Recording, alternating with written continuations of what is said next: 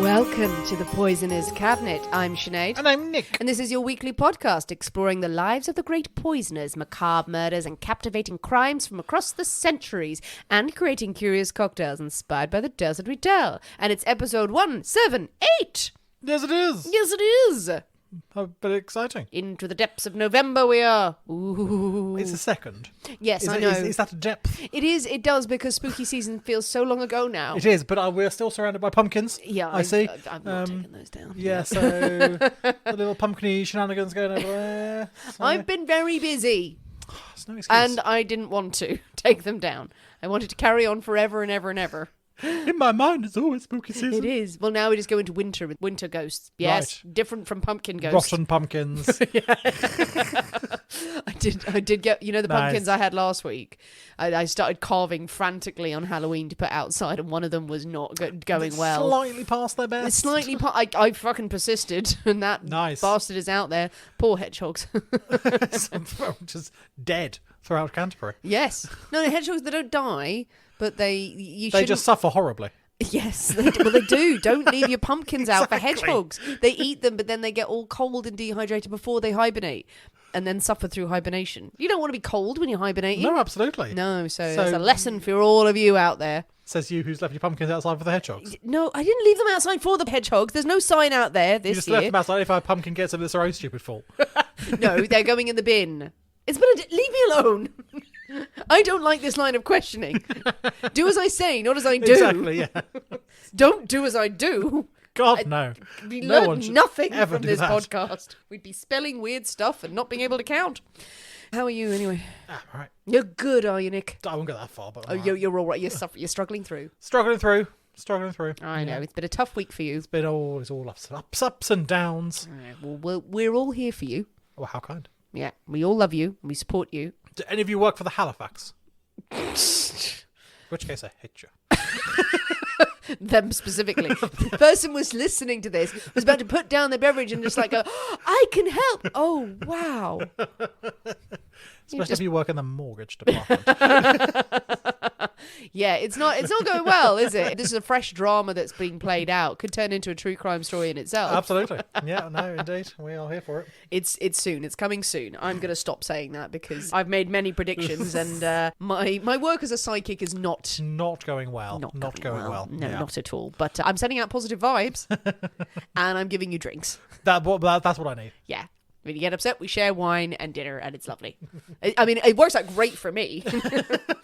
Yeah, good. I got screwed. I ended up paying. No, you didn't. I did. Oh, you did? Yeah. I offered to send you money, because I'll give you money. I probably will. I have money. I just haven't done it. I've got tons of money. I'm rich. I've got like £4 upstairs that I just found. I haven't paid for the hotel yet either. I haven't paid the hotels yet. Oh, yeah, we need to pay for that. Yeah, maybe this should be... not the admin part of this podcast. Any poisonings this week? Hedgehog related or not? Apparently swathes of wildlife. Well, what you do with your own pumpkins is your own business, sir. Way. I do nothing with them for fear of the hedgehogs. That's your excuse. That's my reason why I don't have a pumpkin. I don't hate hedgehogs. You just run them down with your car.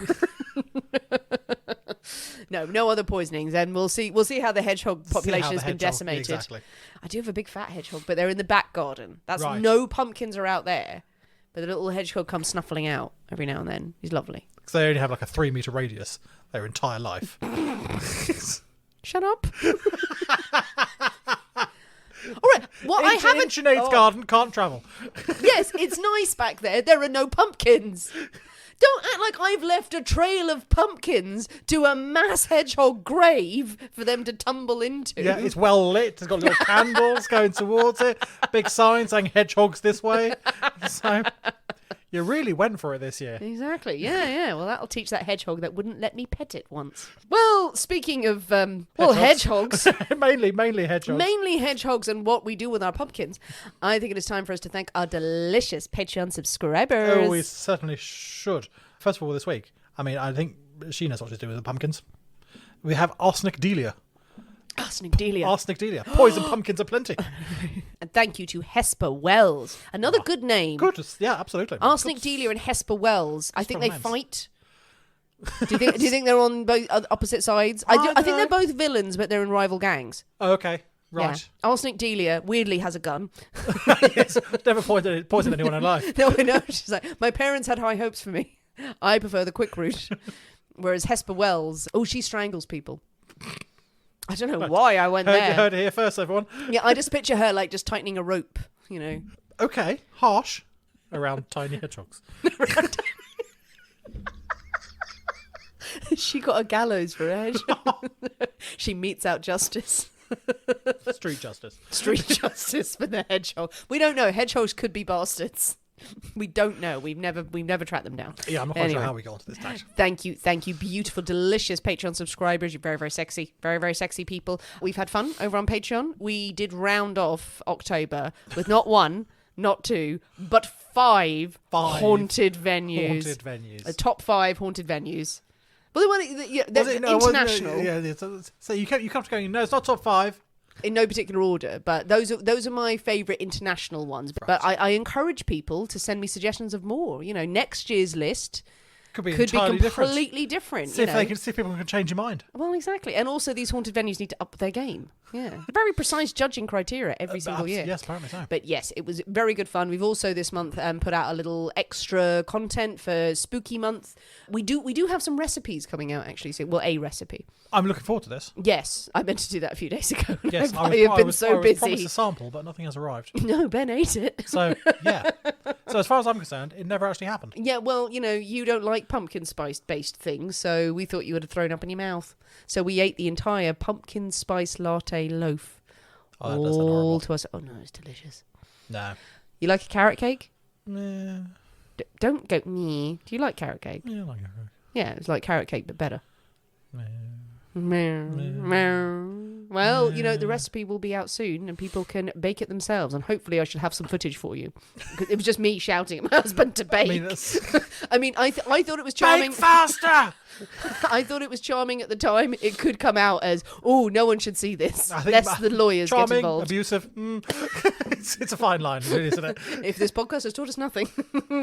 If you want to know what the hell we're talking about, please consider joining us on Patreon if you haven't already. Patreon is a great platform. It's very flexible and it helps to support this show, helps us do what we do. It really does.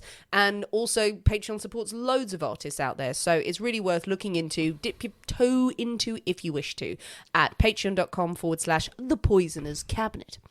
Well, Nick, are you ready? Apparently. To drink cocktails and talk about poison. Or we could drink poison and talk about cocktails. What's with that? It's drama. Is it? Is that what it was? Well done. Yeah. I will let history be the judge of that. I appreciate you letting me know. I'm doing drama. You're just being a little bitch. Should we go with a cocktail? Yeah, fine. Yay, let's go with a cocktail. Also, I will say, we started off with a pre-cocktail cocktail. Yes. Mixed up a Boulevardier. And I think this Boulevardier is particularly good thanks to the dehydrated orange slices. It's a lovely dehydrated orange slice. That I made specifically for Nick. I made a whole array of dehydrated fruits. Only because you bought an air fryer. Yeah. And you've wanted to air fry everything in sight. You really have. Everything has been air fried that should not be air fried. But it works. Damn it, it works. Yes, I bought it specifically for this podcast. Can I claim it on expenses? No. No. All right, I didn't think I'd get it. Unless I get one as well. Isn't it beautiful? It's a lovely thing. Isn't this lovely orange I slice? often complain about how unadventurous I am with garnishes, or I just can't be arsed with garnishes. Yeah. But it makes such a difference. And you've got lime and lemon slices in there too. Lovely dehydrated. The thing about it was, when I was dehydrating in the air fryer, I was like, it'll take but minutes. And it was just they just went, no, it will take 6 hours. You're just doing them in here and it'll be cleaner and nicer and everything than in your skanky oven, woman. It actually said that to me. It was weird. Did it? Yeah, in my dreams. That's what's great about the air fryer. It comes alive at night. It just abuses you. Yeah, for 6 hours. We know you're a terrible housekeeper. God damn it, woman. Your oven's filth. Well, it is Nick's story this week. Hooray, hooray, hooray. But we can't possibly have a story without a cocktail in hand. As you know, dear listeners, every week we choose a secret ingredient that is inspired by the tale that we tell, and it will flavour our cocktail of the week. So, Nick, this week's secret ingredient is... A bonfire. A bonfire. Bonfire. A bonny bonfire. Yes. Something's just occurred to me. What? Why is it called a bonfire? I've actually never looked this up. Because it's very good. Is it? I don't know. I mean, that's probably it, isn't it? From the French. And they didn't continue with the No, French. they just stopped halfway through. We got It's bored of the French. Even we are It sick was- of our own it was language. so difficult to translate. We just Bon, stopped. what's fire? Oh, no, Oh, no, God no. knows. Just fire. Great. Sorted that out. So, yeah. But a bonfire. Oh, how seasonally wonderful. Seasonally wonderful. For the English. The Americans may not know what the hell we're talking about. Who doesn't know what a bonfire is? Well, no, when I say seasonal. Because this time of year, often you have bonfires for certain reasons. But You do. you do. For certain reasons. For certain reasons, which will become clear, I'm sure. But also, I don't know, do Americans call it a bonfire? What else would they call it? A fire. No, it must be a bonfire. They're not that weird. Tell us, please, darling listeners. But a bonfire, ooh, crackly, lovely, smoky. Well, with bonfire as the ingredient, inspiration, what have you come up with? Well. Now, Well, we are having okay. a Nick's variation Ooh, of an autumn bonfire. okay. So the cocktail called Autumn Bonfire. I've made my own little twist on it. Love it. Yes.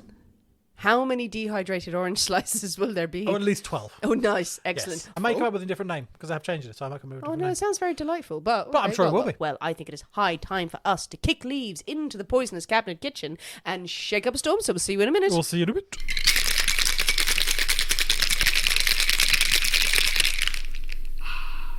And we're back. Hello. So Nick, the autumn bonfire, Yes. but Nick's twist. Have you come up Yes. with a different name? Well, I'll see how how good it is. If it's not good, you're going to let it languish and I'll say so. Yes. that shall Autumn not be Bonfire named. variant. If it's good, then I go right. I'm naming it. All right, you're going to work on it. All right, okay. Well, it's well, what is it? It's sort of a peachy, orangey colour. I'll go with an What colour? orangey, Amber. flamey colour. Oh yeah, it's flame. Oh mate, Yeah. flamey colour. Interesting. Okay, well, let's have a smell. It smells smoky. Oh, clever boy. Ooh, a smoky aroma. Oh, I'm excited. All right, Yeah. well, I hope it tastes as good as it smells. Yeah. Let's dive in. Merry Christmas. Merry Christmas. Okay. Ooh, hello. Ooh. What is that? What's happening?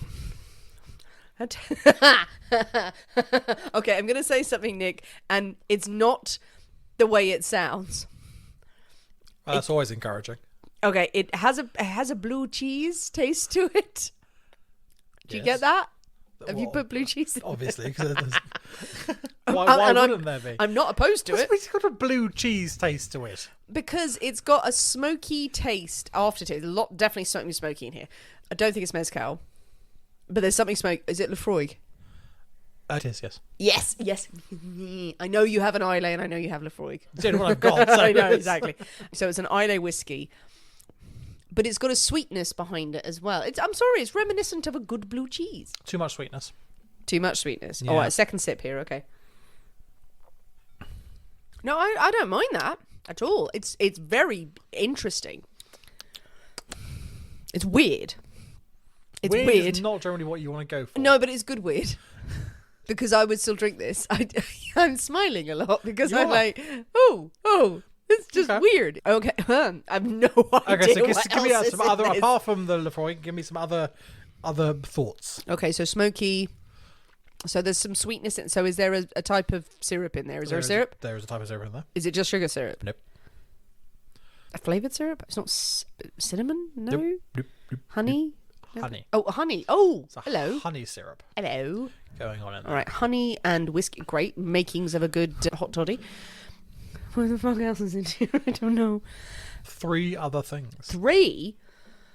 Oh. Is there a type of juice? There or like is. a mixer? Yes.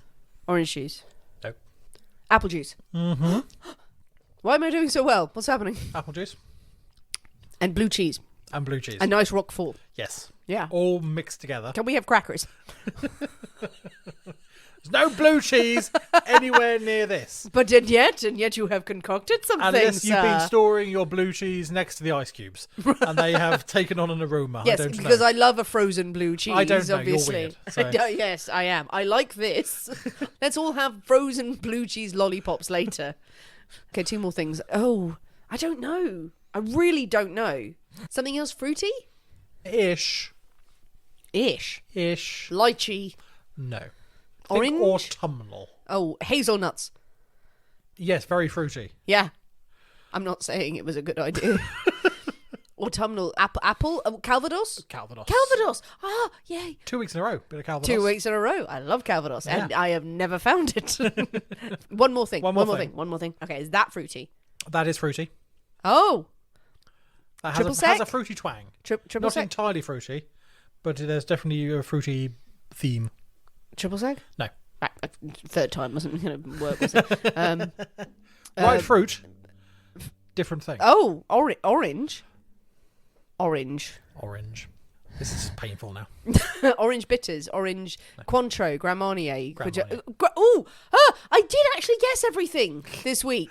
Almost. Took a while. It took a while, And but there's it a just... lot of prodding going on. Do you want it there. done right fast, or do you want it done right? Mainly fast. Right, okay, fine. Do not want to go on a date with you. Over and done with. On with the next thing. Come on. Okay, this is mental. This is mental, Nick. So what's your twist on this? Okay, What should have happened, and what did you do? Ordinarily, you have, in an autumn bonfire, you have apple juice, you have some sort of apple brandy, you have... Can we have some of that? No. No. We have cherry brandy, which is different. Well done. Thank you for Yeah, telling me that. just- Yeah, been absolutely fucked without that. And then you have an islay. You do have a malt, some Yes. way in there, and some bitters. Okay. But it also calls for maple syrup. We don't have a number of those things Right. in there. Okay. Don't have any apple brandy. No. Don't have any maple syrup No. in there as well. No. And I'm not a huge fan of the islay. You're not. It's no. not my thing. So I like it, yes, but I appreciate it needs to bring that sort of smoky element to Which it does. So which it does. So I would just reduce the amount of islay Okay. in there. I replaced the apple brandy with Calvados. Nice. Very in good there. idea. So when reducing the islay, I replaced it with the Grand Marnier. Oh. So I was thinking like an orangey thing, but then the maple syrup. I thought I don't want to go with just plain sugar syrup, so I went with honey, which was too much honey. I think the honey may have been where you fell down Yeah. there, because maple syrup, very, very different flavour Oh, completely. profile of sugar. I mean, Completely it's still different sweet, Jesus, Yeah, but you know, but like, no, it's very not different, that different. flavour profile. I was just thinking to sort of autumnal bonfire nights here, Famously, bees love them. but also not a lot of maple syrup either. No, but autumn, I guess. Like So, maple syrup, like people use excuses for that every So time of year. I did sort of think, I need to get some sort of like toffee syrup in like a toffee appley sort of Oh my god! thing. But again, I Great unfortunately idea. in the Or like a we could have used a caramel. I could have used a caramel, something like that, but unfortunately I didn't have time to either produce or, well, I mean, I couldn't be asked to make a caramel or go and buy like a caramel syrup or anything like that. So I thought, oh, honey, I've got honey. All of this was like Nick wanted no effort. Yeah, pretty much. Like, what is in the cupboard? What can I vaguely bullshit to justify? But with a theme, there was a thoughtful theme behind it. I like that. I like you put the thought behind it. Autumnal bonfire thing Yeah. going on. How do you feel about it?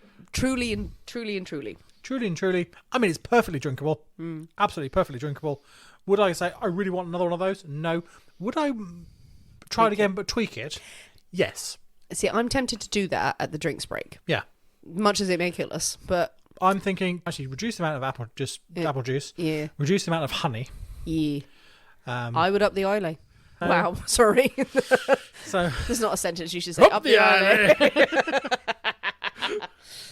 You know me, I love a roquefort. yeah. And this is that. And I don't know why. This Maybe is gorgonzola in a glass. Have I said this before every time we've had an islay? And have I gone, it's like blue cheese? Because I'm a bitch. But There is that. I do actually really like it. It's so weird. It's so weird. Weird I can go with. Weird but good. It's perfectly drinkable. It's got all good ingredients in there, and they mix together to make something rather delightful. Yes, and it's made us very giggly. Yes, yeah. And I'm keen to try the variants in the drinks break if we get there. Very importantly, what's it called? I'll tell you in a minute. Right, okay. All right, we'll wait Yeah. to the end. You don't have to wait too long. Okay, so we have a bonfire in hand. Not Yeah. a good idea if you ever watched a safety video. Is it time for a story, Nick? It is certainly time for a story. Yay. It's a very exciting story. Okay. Big story. Is it a big story? Remember. The 5th of November.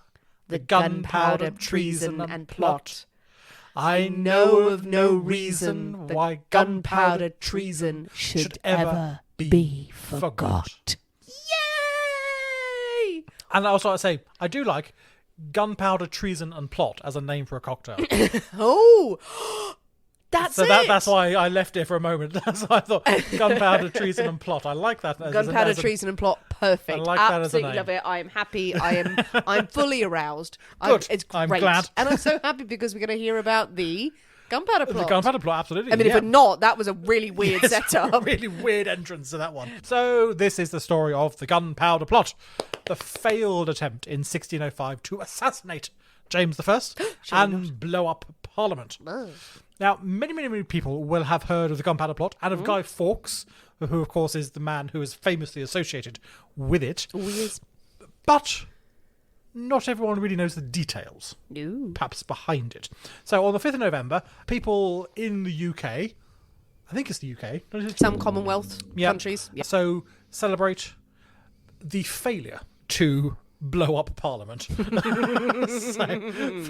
Celebrate a failed plot with grand bonfires and firework displays and toffee apples, and I remember having jacket potatoes in your pockets to keep your hands warm when you were a kid. I found a website that was detailing what the bonfire traditions are to students not of the English language. Oh, wow, okay. And it was adorable. Nice. It was adorable how it was written. Like, tradition dictates that people wear hats and scarves and gloves. That's because it's cold. It's not because it's tradition. There are several websites that also talk about, and you make the jacket potato that you put on the embers. Put in the bonfire, embers, absolutely. And then you keep your hands warm in your pocket, Yeah. and then you have it with butter and salt and cheese if you fancy. And that person's went, it was never cooked right, but you still ate it. But you still ate it. And soup and warming things Yeah. gathered around the bonfire. Yeah, all that sort of, all lots that of sort sweets. of. Yeah, maybe some warm cider-y sort of thing. You might get a Yeah. mulled cider and stuff like that. Yeah. So it's all very, very exciting. But yeah, who really knows the details behind the plot and what motivated the people to attempt such a drastic plan? I'm so excited to hear this because the detail of the history, I am so keen to hear from you because as an Irish Catholic, I have been lectured about this by my family every time we lit a bonfire, even though they completely celebrated bonfire night. Like, oh yeah, let's light a bonfire. Also, by the way, it's all just a plot It's against all the a plot Catholics. to burn the Catholics. Burn Catholics. So it would be nice to have an actually refreshing take on this. No, that's where I'm going. Burn the Catholics. This can be half an hour of me saying, burn the Catholics. So, But there was a basis for it. there was a basis. Unsurprisingly, as it all comes down to a difference in religion, as we have just established. As I say, the majority of the conflicts in the world in history do, generally. It's all a matter of religion. This time it is between Catholics and the Protestants. So time for a bit of a history refresh. Woohoo! I hope I do Miss Cloak proud. Yay! Nice reference. I like it. My history lessons. I have high hopes for you to summarise all of that. Summarise all of that in about 12 pages. So, up until that point in time, so the 1600s, for the majority of English history, it has been part of the Roman Catholic Church. That dominates Europe, pretty much. Everyone looks up to the Pope. He is God's representative on earth. He's got a big hat. He's very, very powerful. A lot of sitting on A chairs. lot of sitting on big fancy chairs, wearing big Fancy hats chairs. with big sticks. And in the minds of many people, loyalty to the Pope and to the Church is more important than loyalty to kings and queens. The Church has power over your immortal soul. Yep. And that is no small thing, really. This is eternal salvation, which can only be achieved through the Church and through confession. Even the smallest of sin, if left unconfessed, left unsaid, can send you straight to hell. Oh, God, yeah. Really. So the priesthood has huge power and authority over their congregations and the populace. But really, by this time, a lot of people, well, some people are going, really? It's not ideal. This is not ideal. They're not really happy with how things are set up. And in the early 16th century, the Protestant Reformation starts to grow and build momentum. Now, they believe that really you don't need popes and cardinals and bishops and things to talk to God. It's like cutting out the middleman, really. People can have a conversation with God and repent their sins without having to go to a church and pay lots of money, buy more people big hats. Exactly. The eternal guilt as well of going there. Going, we could do without this. Yeah. It's like someone basically going, you know what? I want to cut you out. I want to speak to the manager. I want to speak to the manager. I'm going straight to the boss. No, you have to deal with me, the bitter, twisted person. Exactly. Who was manning the desk for the day. Yeah. Pretty much. And then, of course, you've got dear old Henry VIII who gets hold of the idea and goes, "Whoa! This is more for his own nefarious purposes than any sort of ideological sort of standpoint, really." But he's going, "Yes, I've got an idea. Hurrah!" My favourite piece of history, not just because, Henry VIII is the one that's taught, it's just that happened. I'm going to use this to shag who I like and kill all my wives. I'm going to marry again and again and again. They're like, no. Like, no, I'm the bloody king. So there we go. With him along comes the Church of England and such like. Now, this, of course, pisses off a great number of Catholics who have been very merrily confessing all their lives and having a grand old time doing it. I mean, grand old time. I don't know. I've never been to confession. I don't know. Have you not? No. It's horrible. I'm not Catholic. Well, no, you haven't. I have. I forget bits of that. You Surely, have to go into a box. Is it not some sort of therapeutic thing? No! So I've done this, and I've done this, and I've done this. Well, you end up just talking. Like, again, not been as an adult, because that would just, like, the place would be on fire. But as a child, as people going in, you have to go in a box with a man. And if you don't, you're going to hell. You've told them that I took the Lord's name in vain. And I didn't say my prayers one night, when actually I'd done a whole load of other shit. They were like, oh, well, you need 10 Hail Marys. 10 Hail Marys and 3 Hello Dollys. Yes. I have a vivid memory of sitting in the church with other kids and losing count. We'd all lost count of how many prayers we're supposed to be doing. Going, what are you on? Like 7. You were in before me. Right, 5. What am I doing? I don't know. It sounds like a marvellous time. After Henry VIII dies, Elizabeth I comes to the phone eventually through some convoluted shenanigans. Eventually. And in 1558, she declares that all English citizens will be Protestant. You have no choice in the matter. This is the way forward. Love that energy. Catholic clergy have to renounce their loyalty to the Pope, or we're going to kill you. Yep. And so it is now mandatory for every English person to go to a Protestant church service on a Sunday. And they take a register. If you're not there, you're getting fined. If you're not there enough, you're going to jail. So they take it pretty seriously. Yeah, that's a theme running through the Protestant church well into the 17 and 1800s. Yeah. So now, news of these developments make it back to the Pope. Dear old Pope Pius V, who's sitting there in Rome in his big hat, and he's not too happy about this development, really. And he excommunicates Elizabeth from the Catholic Church, calling her Elizabeth, the pretend Queen of England, and the servant of crime. Which should be a subcategory of our show. Yeah, absolutely. Servants of crime. Poisonous Cabinet, the servants of crime. Servants of crime. It's a great, absolutely.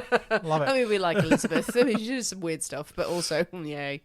Now, after all Elizabeth's sort of declarations and things, people in the lower classes are just like, fine, I'm Protestant.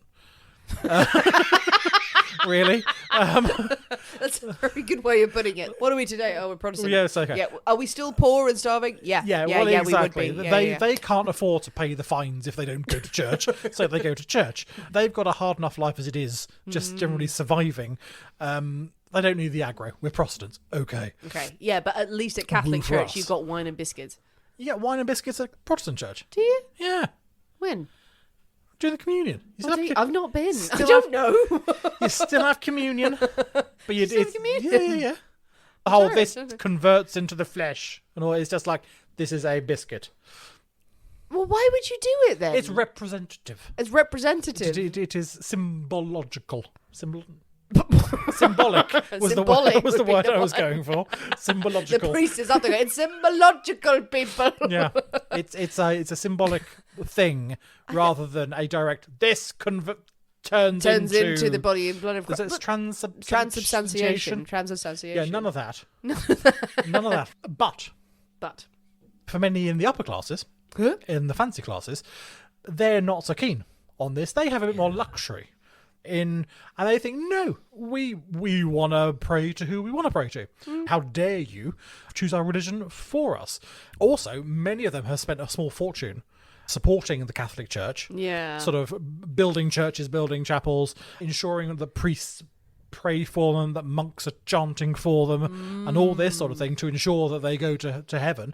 Was all that for nothing? I wasted all this money. I mean, there are a number who believe that the Catholic faith is the one true faith. They fervently believe that, and that is the only way that souls go to heaven. And those people do continue practicing their faith. They are fined repeatedly for not going to Protestant services, but they've got enough money, they can just get, they'll pay the fines and be done with it. But then those people, they also start hiding Catholic priests in their homes. Where you get priest holes and all this sort of thing. Love a priest hole. This is that's not how it sounds if you've never heard that expression before. We really do need to explain that very briefly. Yes, okay. That is a hidey hole. That is a fair point. No, a hidey hole doesn't make sound any better. Why am I saying that? It's a nook. It's a little behind a bookcase, down some secret stairs. A little hiding place that priests would go, because if the authorities got an inkling that you were hiding a Catholic priest, they would come and raid the place. And they would absolutely tear the place to pieces.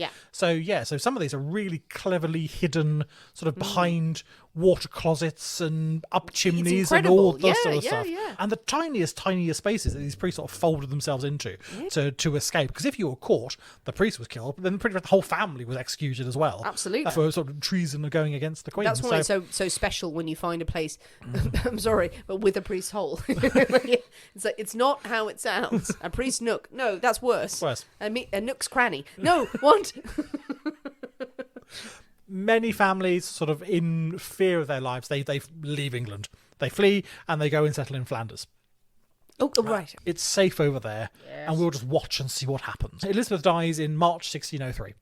James VI of Scotland, also Protestant, becomes James I of England. We've done a lot about him before in his anti-witchy ways, but no one really knows how he's going to approach this increasing sort of divide in religion. No one really knows what his approach is going to be. So everyone is sort of like watching, going, is he going to follow after Elizabeth and be really strict, or is he going to be a bit more relaxed, or what's going on?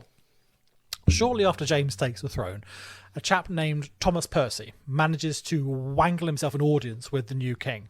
Now, Percy is a Catholic, and he really wants to know what the king's thoughts on the whole situation is. What's going on? He starts by begging for mercy on behalf of the Catholics of England. That's okay. Sort of thing. We want clemency, we want mercy. James is suitably subtle and vague in his response.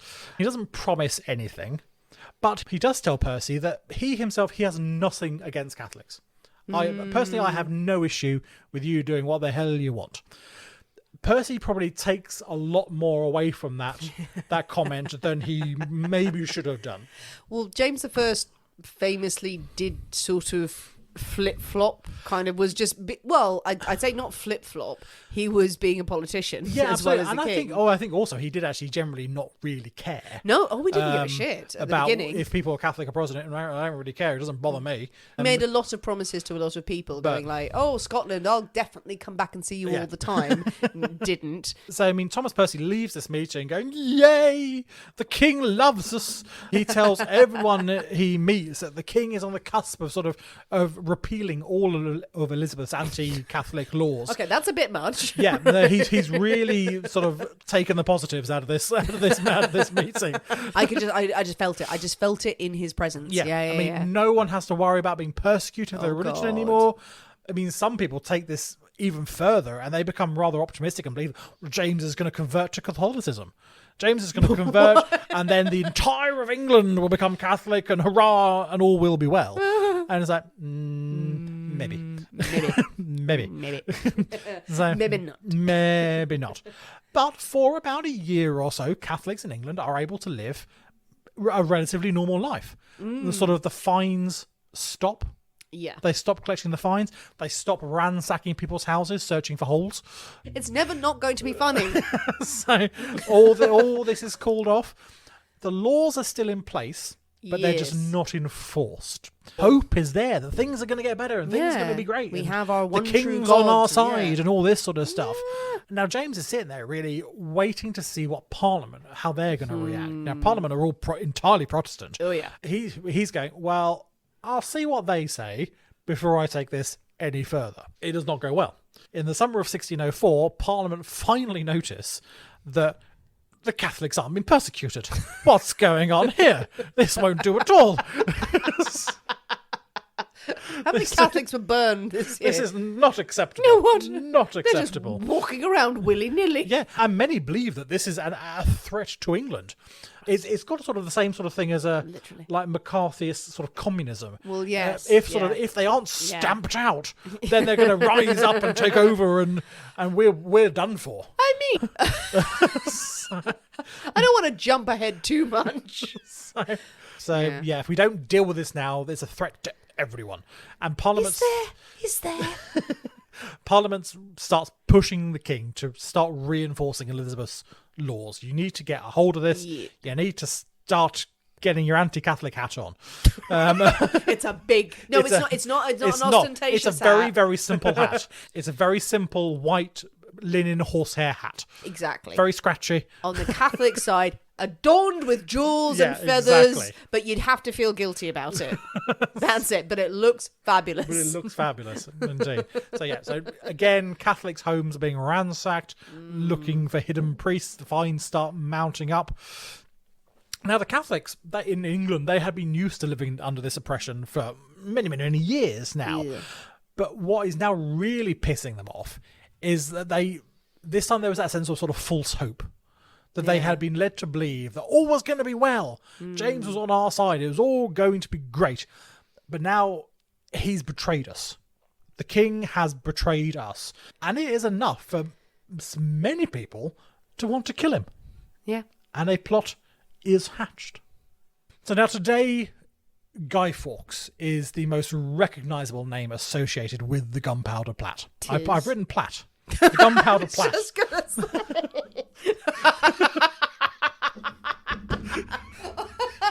Don't know why. That was the early planning name. Before it became a plot. Guy Fawkes sat down with all the others. It's like, right, I have a great gunpowder plot. Yes. Right, we have to pick you up on one thing. No, it's better than a plot, Definitely honestly. a plot. Someone else said, hey, you had a plot earlier. You a fool. Why are you going through all the vowels? Just stick with O, it works. Yes, it works. Yes. It works. And then later there was the gunpowder plot. Anyway, the plot is all started by a chap called Robert Catesby. Now, Catesby I'm not celebrating him. I just hurrah for Catesby. He's just a really interesting character that no one talks about. Yeah. Catesby has become increasingly convinced that something has to be done. James needs to be removed from the throne. Hey. He needs to go. At the end of 1603, Catesby organises a trip to Spain. Now, this is led by a chap called Thomas Winter. He has been chosen as an emissary to the King of Spain. Also amongst this group who are making this trip are a chap called John Wright, who had been part of an earlier failed rebellion against Elizabeth, and a certain chap named Guy Fawkes. Now, Guy Fawkes has spent much of the past few years fighting in the Netherlands. Now, are we going to reference the fact that it's supposed to be pronounced Guy? Only because he took a Spanish name. Okay, nice. Carry on. Which I haven't actually gone in, because I've not actually gone into much into the history of Guy Fawkes himself. This is more about the plot. No, absolutely, because we shouldn't. But someone will go, I think it's actually pronounced Guy. Well, as far as I can see, that his name is Guy Fawkes. He's a Yorkshire man. When he moves to the Netherlands, he starts fighting not for the Spanish, but on behalf of the Spanish in some conflicts there.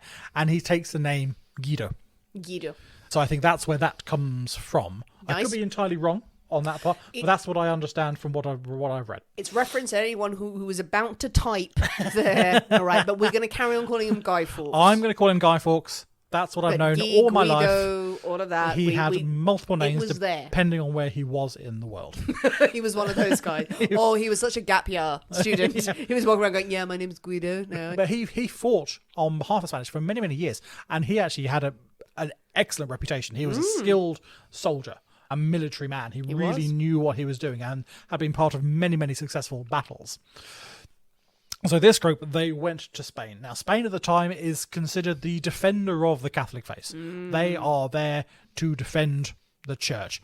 If anyone is going to help wrestle England out of the tyranny of Protestantism, it's going to be Spain. Surely they are going to help. Thomas Winter, he actually has an audience with the king. Ooh. The king goes, no. Sorry. Oh, really? Sorry, no. We're not gonna help. We're not gonna help. Ooh. No, Nope. not Love today. to, but ooh, no. Yeah, I mean, the Spanish had previously launched a very costly endeavour to try and convert England back did, yes. to the true church when Elizabeth had been on the throne, the Grand Old Spanish Armada. They did. It did not end well. That was a very, very, very expensive disaster for Spain, and they're not really keen to repeat that. In fact, they're actually looking to pursue peace with James to try and end these sort of conflicts in Europe. So the group returns home rather sort of despondent. They were hoping, we're gonna return with 10,000 Spanish troops behind on our back, and they've got no, we've got no one. it's all a bit shit. They realise that help is not coming from a foreign power. If they're going to do this, it's up to them. It's up to It's up to them. Oh, my God. Robert Catesby, he is not going to give up quite so easily. He is going to make a plan. A plan. A plute. A plute. A plot. A plate. Drink? I think it's time for a drink. I think it is. So, Nick, Hello. we have our drinks. Yes. We have A different variation. of the Gunpowder Treason and Plot. Yes. So we've changed it around. We're going to dive in here. That's better. Yep, that's definitely better. Yep. Oh, yeah. Oh, yeah. So we had much less of the honey syrup, only a small amount, less of the apple juice, Yep. more of the Lafroig, Yep. knocked down the Grand Marnier a And little knocked bit. down the Grand Marnier. Yeah, and we did. exchanged Angostura bitters for whiskey bitters. Whiskey bitters. And it's lovely. It's very good. That's really nice. Perfect for a winter's bonfire night. That's masterful. Marvellous. Well done, Nick. Gunpowder Treason and Plot. Gunpowder Treason and Plot. Okay, so back to our plats. Back to the plats. Yep. So Catesby, he's not giving up. He may have failed getting help from Spain. He's going to go his own way. Yee. In February 1604, he invites the men who went with him to Spain to discuss a new plan. Also present at this meeting is Thomas Percy. Now, Thomas Percy is the chap who went to James to begin with to plead with the king for mercy. Catesby's plat...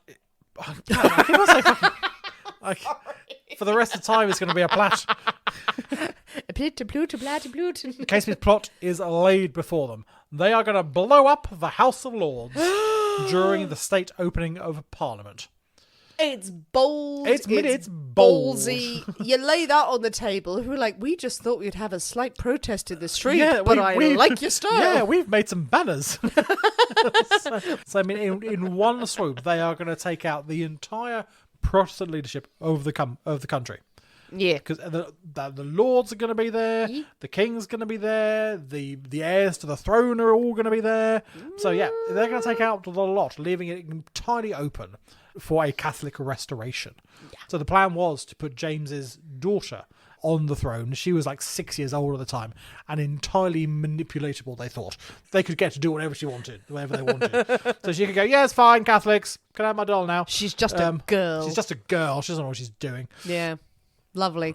Now, there is a certain reluctance among some of the group. It is a drastic step. It is a bold plot to lay, and many are sort of fearful of but if this doesn't work, if we get found out, this is not going to end well. Yeah. The repercussions would be severe, one would think.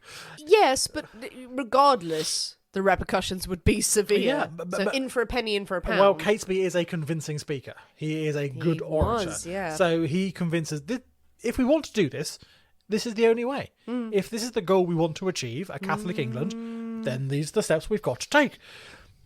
And they go, okay, let's do it. Hooray! And they all swear an oath of loyalty to each other and an oath of secrecy that they're not going to tell anyone. Yes. The conspirators believe that they have until February 1605 to finalise all their plans. They've got the best part of a year to do this, because that is when the next grand state opening Yep, of Valentine's Day Parliament also, you can't interfere with that. scheduled for.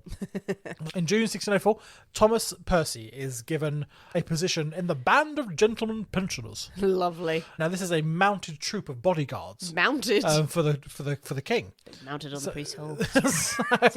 So it's somewhat ironic that he is given a position as a king's bodyguard when he is part of a group to blow up the king. It's not. It is, but not at all. Yeah. Not at all at this time period. Everyone was trying to kill everyone. But it gives him the perfect excuse to take a property in London. Oh, yeah. So he's, I need to be near the House of Lords. I've got these duties to fulfill. So it's entirely understandable that he should now be renting a home right and pretty much next door to the House of Lords. Bloody hell. Boomers could rent what they wanted, couldn't they? Absolutely. Guy Fawkes takes charge of this property. Now, he now uses the name of John Johnson and styles himself as Thomas Percy's servant. That was a very fast made-up name. Yeah, exactly. What's your name? John. John. Johnson. Surname? Johnson. Yeah. Of which family? The Johnsons. The Johns. So John Johnson, aka Guy Fawkes, is now living in this house pretty much next door to the House of Lords. You can say Houses of Parliament House as of well. Parliament, You know. It's both. Yeah. It's both. For Palace context, of Westminster. we can't say the House of Commons because it wasn't. No such thing existed. He's living next to it, loving the rent, Yes, having a grand old time. loving a grand old time, Now- going to all of the bistros. All the fancy parties. Slowly, the group start stockpiling gunpowder. If they're going to blow shit up, they need a lot of gunpowder. Now, the sale of gunpowder is somewhat controlled by the government. They don't want everyone getting hold of the stuff. Indeed. But you're able to buy it in small amounts for personal use and things. So merchants are able to buy it for cannons on ships to defend themselves against Yes. pirates and what like. So there is reasonable use for buying gunpowder. Also, what really helped, Guy Fawkes being a military man, Yeah, is that he had many, many contacts. absolutely. They didn't really ask that many questions. As long as the cash there, they didn't really care. So he was a great contact. He just kept to rocking have. up to his contacts going, a little powder for the day. Here you go. Right, I don't want any more cocaine. No more coke. I just want gunpowder. But then they start pondering about, okay, how do we get our stockpiles, our increasing now stockpiles of gunpowder, to where it needs to be? At the moment, it's all being stored in Lambeth, where Robert Yes. Catesby has his house. But there's no point blowing up Lambeth. It's on the other side of the river. Yeah. So we need to get it across and somehow into the Palace of Westminster, into the Yes, House that of Lords. would be the point, So yes. how do we do all this? Now, in the 17th century, the Palace of Westminster is a complete jumble. It's not what you see today, which is No. a very much a Victorian sort of grandeur. It's the original sort of Palace of Westminster is a complete jumble of buildings. It is, yeah. Going back hundreds and hundreds and hundreds of years. Yeah. Sort of chapels built on little palaces and merchants. It's a complete maze. It's a warren clustered around, sort of medieval structures and things. It is pretty much accessible by anyone. Anyone can be wandering through there. As long as you look vaguely respectable, no one's going to stop you. So merchants and tradesmen and lords and nobles and things, they're all just milling about You the would place. be expected to go into this area. Exactly. There are a few guards wandering around the place, but you have to be really dodgy for them to stop you. What's even better is that many of the buildings have cellars and undercrofts and such like that you can easily rent out. Oh. Anyone can rent out a cellar in the Palace of Westminster. It's just the king needs some extra money. We'll rent out some space, bit of storage. I like the idea of the king renting out some extra Yeah. space. Going, by the way, I'm actually the king. Yeah. Like, yeah, but you still have to rent the space. Yeah, and so Thomas Percy is quite easily able to rent out a storage space directly in the basement below the palace, claiming it's for the Earl of Northumberland's firewood. And I mean, who can argue with the Earl of Northumberland's No one firewood? can. No, big landowner. Absolutely. Big landowner. So he needs someone to store his firewood for the winter. Everyone's going, where is Northumberland? What? Is there no closer storage place? There's not. Does he have a place in London? Doesn't matter. Doesn't matter. It's Doesn't the matter. Earl. It's the Earl. He needs his firewood here. We have no questions about this whatsoever. absolutely. And no one does. They go, okay, fine. The Earl of Northumberland, he needs some storage space. Right this way. Right this way, sir. So things are on. Ooh, okay, we're going to... It's all very exciting. Oh, there we are. Oh, there we are. we've got our storage space. That was the third meeting. They all got together and went, guys, whoa, we're doing finger gestures here, by the way, people.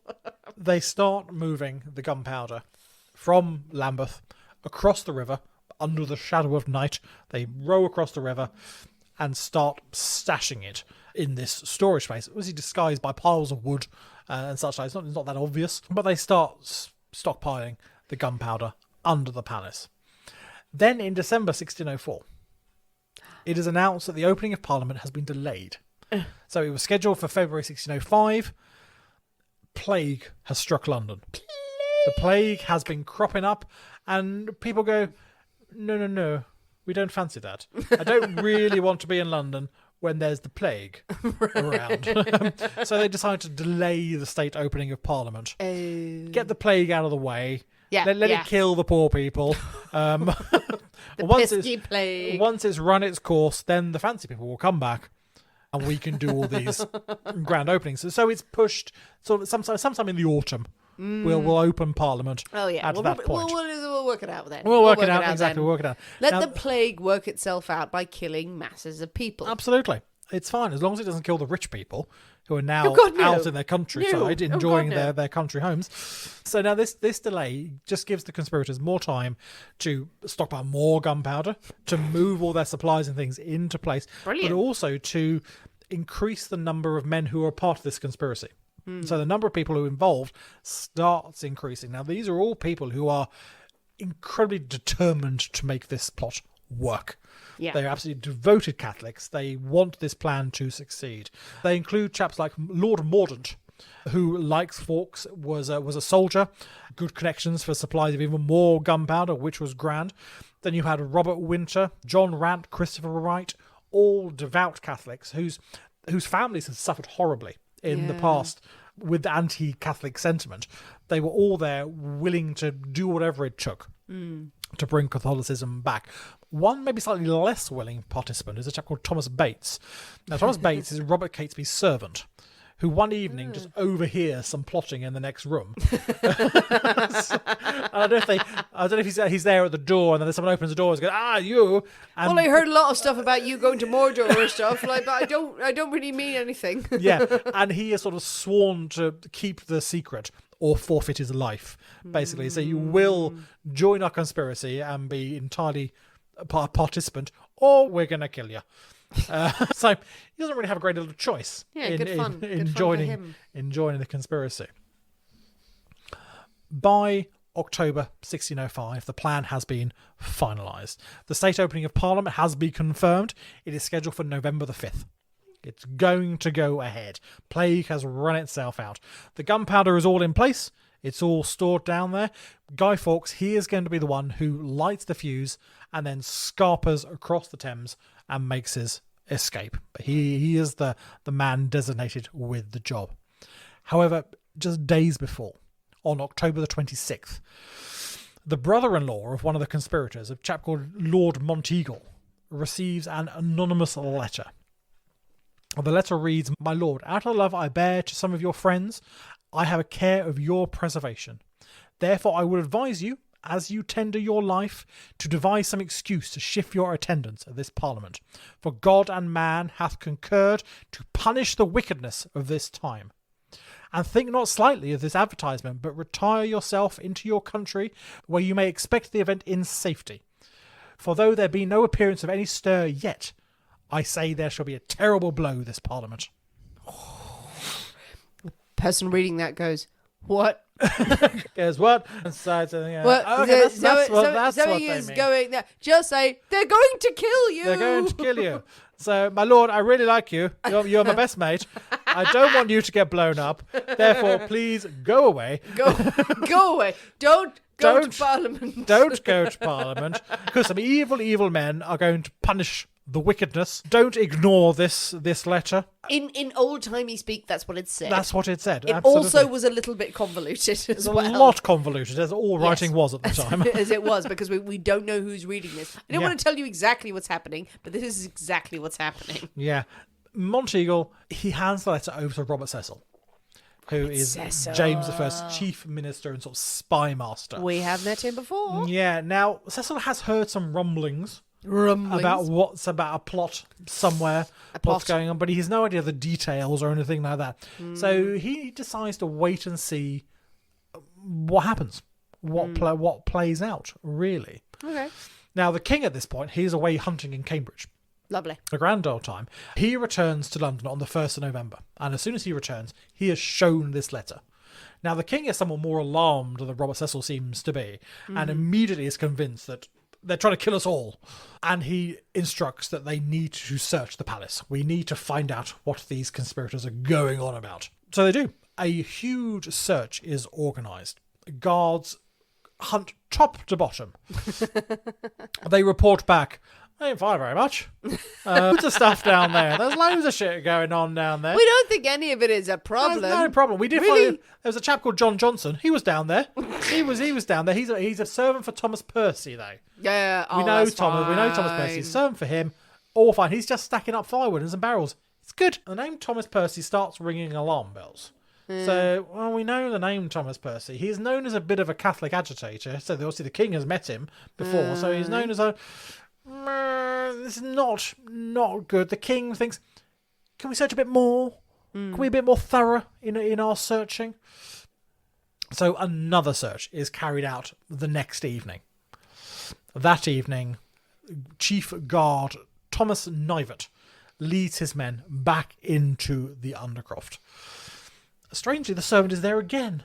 Same chap, John Johnson. John Johnson? What are you doing here? What are you doing here, John?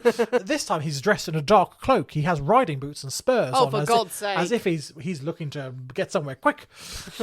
They are rather more thorough this time in their searching. And John Johnson, he is found to have a pocket watch with him, several matches, Bastard. and a pack of fuses.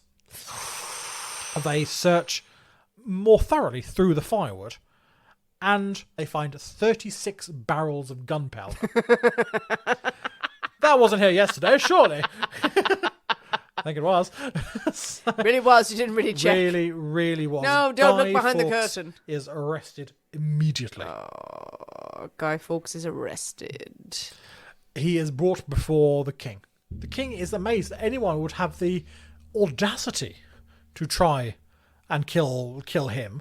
I mean, he also asked Guy Fawkes, "You just to get to me, you're willing to kill all these innocent people in there? Because you're not just killing me. There are hundreds of people in this place that would have been killed. Do you have no regrets over any of this, over any of that?" Guy Fawkes replies, the only regret he has that he was caught, that the plan failed. Ooh. He refuses to give up any of his conspirators. At this point, he's still saying his name's John Johnson. He hasn't even given his real name at this point. The king orders that Fawkes be tortured.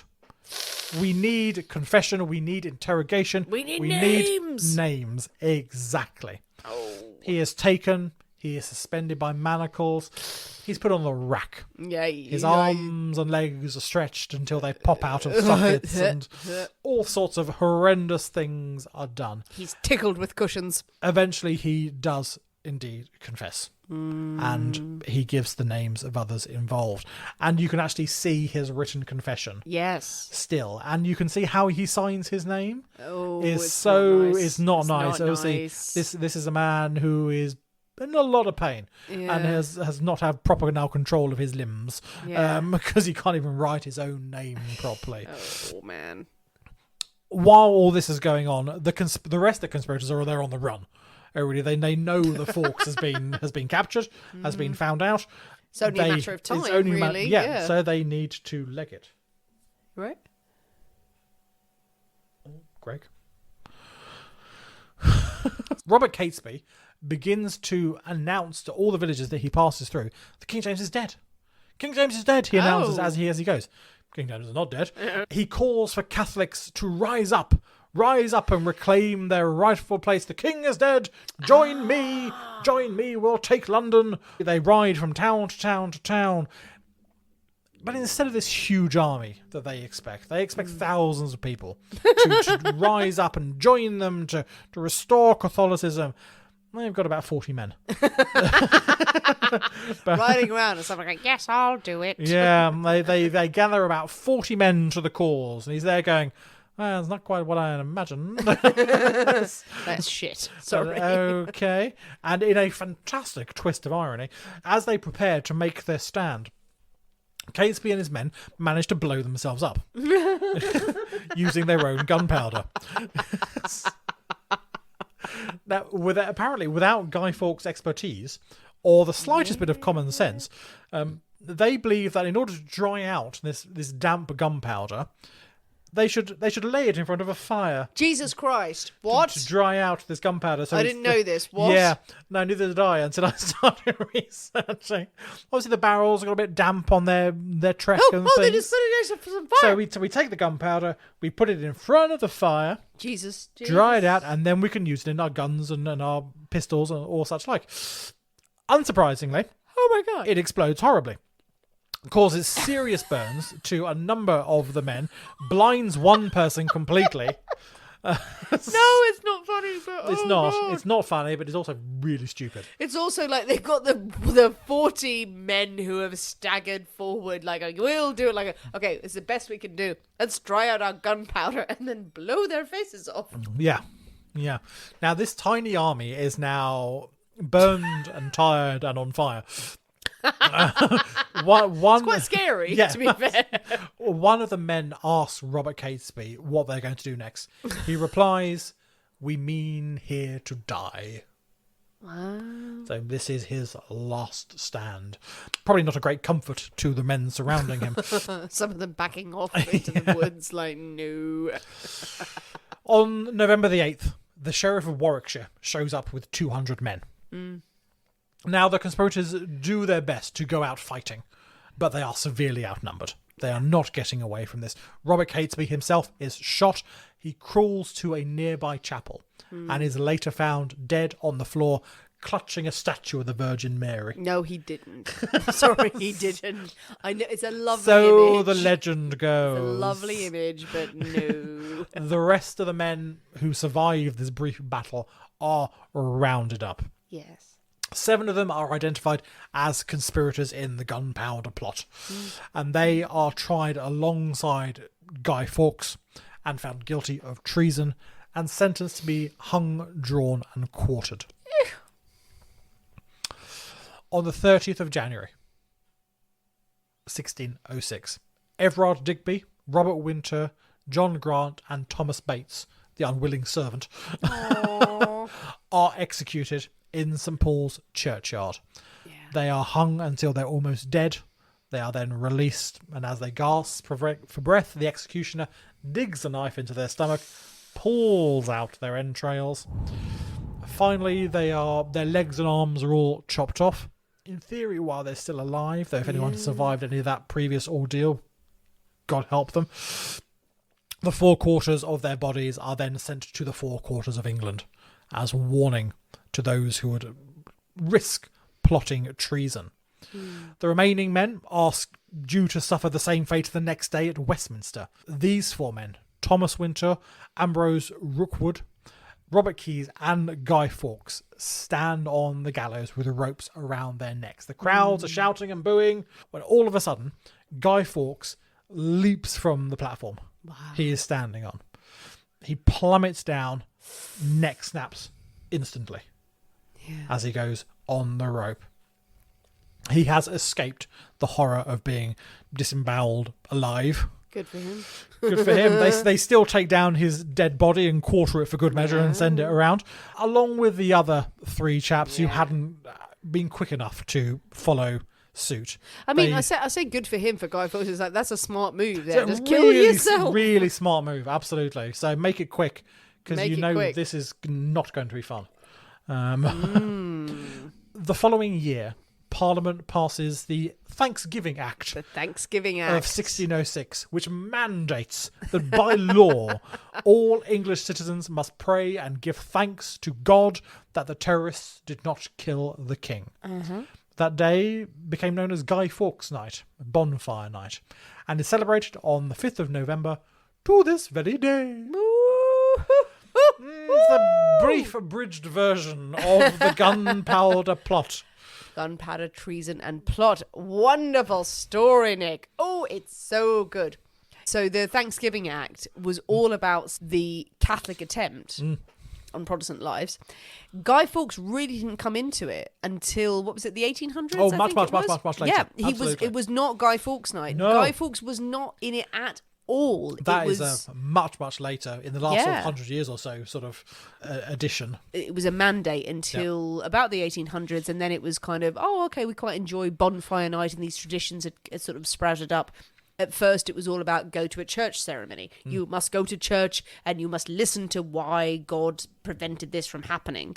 And then it was bonfires, it was fireworks, and then Guy Fawkes emerged. Just because of the guy who was supposed to light the fuse. Yeah, he was the one who was caught. He was the one who was found. He was the one who was caught first. So yeah, his likeness appears in lots of in papers and things like that, and he has got that. I mean, the only likeness of him is from after he was caught, and is from so no one actually knows what he looks like. No, he's very much portrayed as the villain with the big pointy beard and the pointy moustache and things. The Guy Fawkes, the anonymous, absolutely. So he has become mask. synonymous with anonymous. Oh, very nice, very well done. You could say that, you couldn't say plot, mate, all the way through this. And the whole V for Vendetta thing as well. The way this has evolved over the years is fascinating. It's entirely enthralling. That it was all about Catholicism versus Protestants, and then it became this bonfire celebration.